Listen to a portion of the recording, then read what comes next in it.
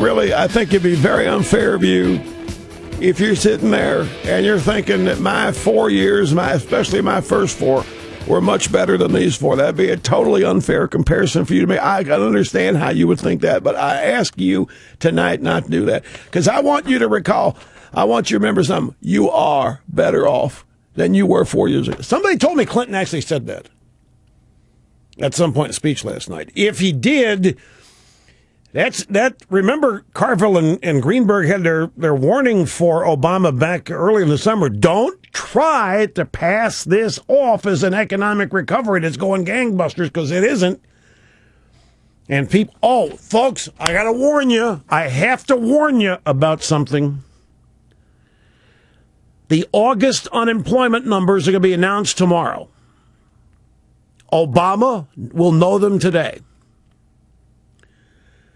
The government is in charge of the numbers. I don't want you to get all paranoid or worried if it happens, but I won't be surprised if it happens. I'm not predicting it per se, but I'm not going to be surprised if Obama alludes. He won't announce the numbers tonight. But if he knows that they have been made to look good, the unemployment number for August, he will allude to the good news that's just starting to break, or some such thing in his speech tonight. Don't be concerned. There's already today, there's a spate of news that you might say is, wow, looks like some good economic news today. Yeah, wonder why. There might be stories that portray good economics. So just be on the lookout. Keep a sharp eye out tonight for Obama making subtle references in the form of, I got a feeling things are turning around. It's taken a long while, but our policies are finally taking root. And then voila, we all wake up tomorrow. Why, looky here. Unemployment, 7.9%. Or some such thing. Just not predicting it, just telling you that I won't be surprised if it happens. John Lewis, Democrat from Georgia. He was in Selma. He told a Daily Caller, America would be much better off if Republicans would cooperate with Obama and let him succeed. Is that how it happens? The other party is supposed to lay down so that the president can succeed. And the party isn't laying down. The Republican Party, at least not enough, not laying down, not cooperating with Obama, so he can't succeed. It's just really mean. Lewis said, this president has been treated, I remember every president since Kennedy, this president has been treated like everything with a great deal of disrespect and non-cooperation, said Lewis, who is also a member of Congressional Black Caucasians.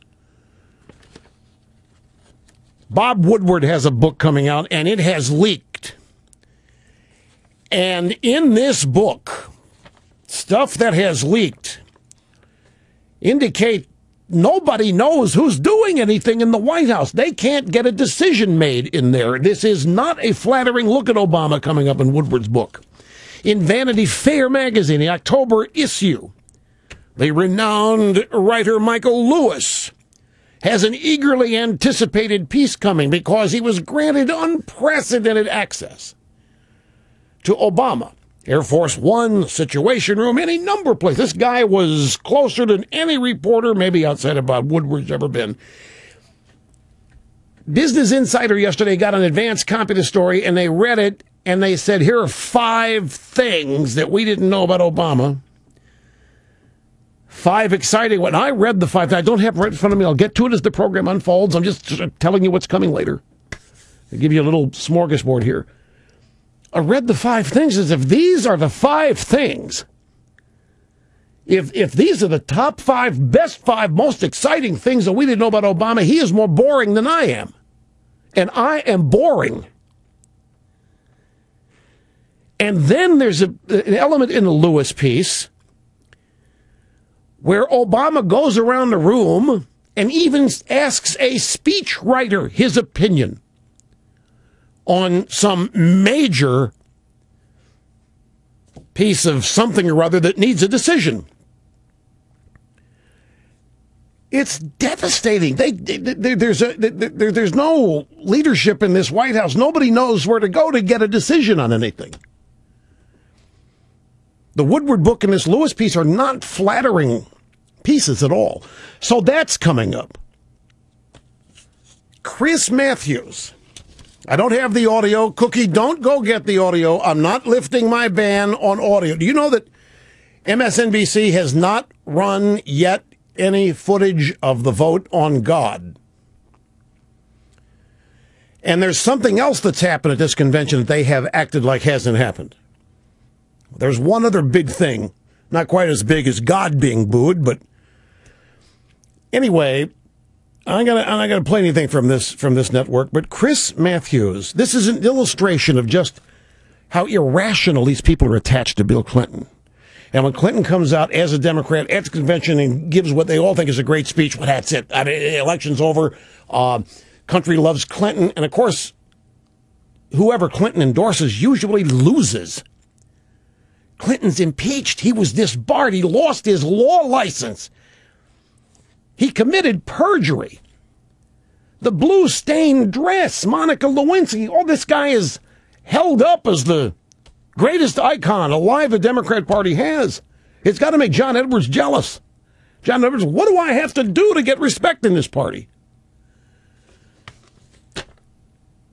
And Gary Hart, where's he? How come I'm left out of this mix of great Democrats? They're doing a tribute to Ted Kennedy, tribute to Bill Clinton. What about me? Now, what about Edwards? Edwards lives in North Carolina. I'll bet he can't get within 10 miles of the convention hall. He lives there. You imagine what Edwards is saying? What do you have to do in this party to get heralded? Clinton's got nothing on Edwards. But it seems like Edwards, Gary Hart, Pence, zip, Clinton and Kennedy own it. And they do a convention where it's us conducting a war on women. Anyway, Chris Matthews was just, I think, probably had to wear an athletic supporter last night to hide the bulge. After Clinton finished it, Chris Matthews said, years from now, we may look back at tonight and remember Bill Clinton's speech as one of the greatest in convention history. No one, including Obama, has made a better case for Obama than Bill Clinton did tonight. But he wasn't through. Matthews praised Clinton's incredible gestures during the speech towards the Obama family. They're going to teach those gestures in school someday. What the hell's he talking about? Clinton's bony finger? You know, if I were a woman, that bony finger would give me chills. If I were a woman, I see Clinton waving around that bony finger, so get me away from here. Well, I'm sorry. Then you got Chris Matthews wearing the athletic supporter to hide the bulge under and behind the desk, and he's still not through. Then he says, I always figured that if Bill Clinton landed on Mars, he'd know how to do it with him. Clinton would know how to do it with the Martians. He would know how to reproduce. He would know everything. He would just instinctively know how to talk to people. They'd be laughing in about 5 minutes. The Martians. Close quote. He would know how to do it with the Martians. This is in, I didn't see it. No, I didn't see it. It's a D.C. Examiner. It's reported by Charlie Sperling. We have a ban. Okay, now people are wanting to hear this. All right, I don't know if Cookie even rolls on MSNBC anymore. Cookie, if you can find that, I'll lift the ban on this one special occasion. If you can find, I don't want you to have to go buy it if we don't have it. It's not worth that. But, I mean, this is the kind of irrationality that the Democrats have attached to this guy that makes them think the election's over just because this guy gave an overly long, boring speech last night. made the case better for Obama. Stop and think of that. 4 years ago, the Messiah, the one. Never anything like him. And now in 4 years, he's so small and insignificant that they're worried. You know, he does so much better outdoors than indoors. And Clinton, he made a far better case for Obama than Obama makes for himself. And then after he did that, he knows what to do with the Martians. He got a Martian in bed in 5 minutes, Chris Matthews says. I love the guy. Who knew that Chris Matthews was fantasizing about doing it with Martians?